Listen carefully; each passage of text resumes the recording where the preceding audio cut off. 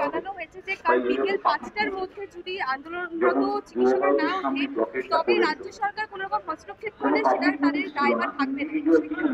কি আর বলবো, আমরা তো খুব আশা করে তাকিয়েছিলাম। সুপ্রিম কোর্ট যারা দর্শক, যারা অপরাধী, সন্দীপ ঘোষ আর আশেপাশের চালা চামুন্ডা, তাদের বিরুদ্ধে কোনো কিছু স্পষ্টভাবে বলতে পারলেন না। অথচ যে আন্দোলনকারীরা নিজেদের জীবন, নিজেদের কেরিয়ার সবটা একটা স্টেকে রেখে রাস্তায় নেমেছেন, তাদের বিরুদ্ধে একটা ভার্ডিক্ট আমরা পেলাম। একজন সাধারণ মানুষ হিসেবে এটা আমাদের কাছে খুব ডিসহার্টেনিং মনে হয়েছে, খুব দুঃখজনক মনে হয়েছে। অবশ্যই সাধারণ মানুষের জীবন, সাধারণ মানুষের স্বাস্থ্য, সেগুলো সব ইম্পর্টেন্ট, কিন্তু তার চেয়ে বেশি তো ইম্পর্টেন্ট সাধারণ মানুষের নিরাপত্তা। যে স্বাস্থ্যমন্ত্রীর আমলে হাসপাতালে মেয়েরা খুন ধর্ষিত হচ্ছেন, রোগী অ্যাটেম্প টু রেপ হচ্ছে, সেখানে স্বাস্থ্যমন্ত্রী সম্পর্কে সুপ্রিম কোর্ট কিছু বললেন না, স্বাস্থ্য দপ্তর সম্পর্কে সুপ্রিম কোর্ট কিছু বললেন না।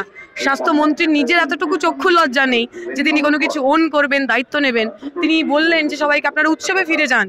যে বাড়ির মেয়ে মারা যায় সেই বাড়ি উৎসবে ফিরে যেতে পারে? যে বাড়ির মেয়েকে খুন ধর্ষণ করে তার অপরাধীদের শাস্তি হয় না, সেই বাড়ির মায়েরা, সেই বাড়ির বাবারা, সেই বাড়ির ভাইয়েরা, বোনেরা তারা উৎসবে যেতে পারে? কতটা অমানবিক হলে একজন মানুষ এ কথা বলতে পারে? ওই একটা সিনেমা ছিল না, সানি দেওয়ালে, তারিখ পে তারিখ।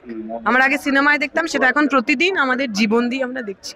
লজ্জা লাগছে, খারাপ লাগছে। খুব খুব আশা দেওয়ার মতো কথা বলার আমার কিছু জায়গা নেই। মানুষ রাস্তায় রয়েছেন, মানুষের উপর আমরা ভরসা রাখছি। আমরা আরো রাস্তায় থাকবো, আরো লড়াইয়ে থাকবো।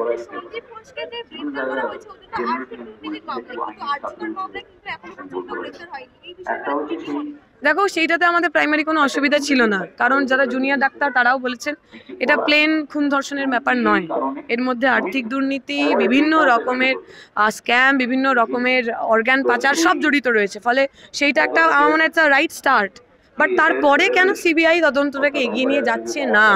কেন বাকি লোকজন যারা ওইখানে ঘোরাফেরা করলেন তাদের বিরুদ্ধে এখনো আমরা খুব প্রমিনেন্ট কিছু অ্যাকশন দেখছি না? That is the question.